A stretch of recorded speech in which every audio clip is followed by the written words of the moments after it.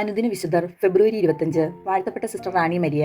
എറണാകുളം ജില്ലയിലെ പുല്ലുവഴിയിൽ പൈലി വട്ടാലിൽ എലീശ ദമ്പതികളുടെ 7 മക്കളിൽ രണ്ടാമത്തെ മകളായി 1954 ജനുവരി 29 മേരിക്കുഞ്ഞ് ജനിച്ചു. തന്റെ 18ാമത്തെ വയസ്സിൽ ഫ്രാൻസിസ്കൻ ക്ലാരിസ്റ്റ് സഭയിൽ ചേർന്ന് 1974 മെയ് 1 റാണി മരിയ എന്ന നാമത്തിൽ പ്രഥമ വ്രതവാഗ്ദാനം നടത്തി. പ്രേക്ഷിത പ്രവർത്തനങ്ങളിലെ സാഹസികതയും അനിവാര്യതയും ബോധ്യമായ അവൾ പ്രയാസങ്ങളെ, എതിർപ്പുകളെയും ബുദ്ധിമുട്ടുകളെയും തരണം ചെയ്ത് ഉത്തർപ്രദേശിലെ ബിജനോറിൽ 8 വർഷത്തോളം തീക്ഷ്ണമായ പ്രേക്ഷിത പ്രവർത്തനങ്ങളിൽ ഏർപ്പെട്ടു.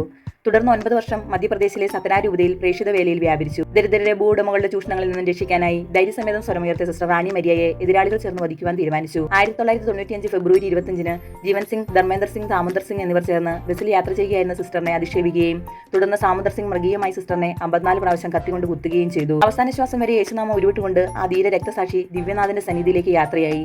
സിസ്റ്റർ റാണി മരിയയുടെ കുടുംബാംഗങ്ങൾ ദാമോദർ സിംഗിന് നിരുപാധികം മാപ്പ് നൽകുകയും അവരുടെ കുടുംബത്തിലെ ഒരു അംഗമായി സ്വീകരിക്കുകയും ചെയ്തു.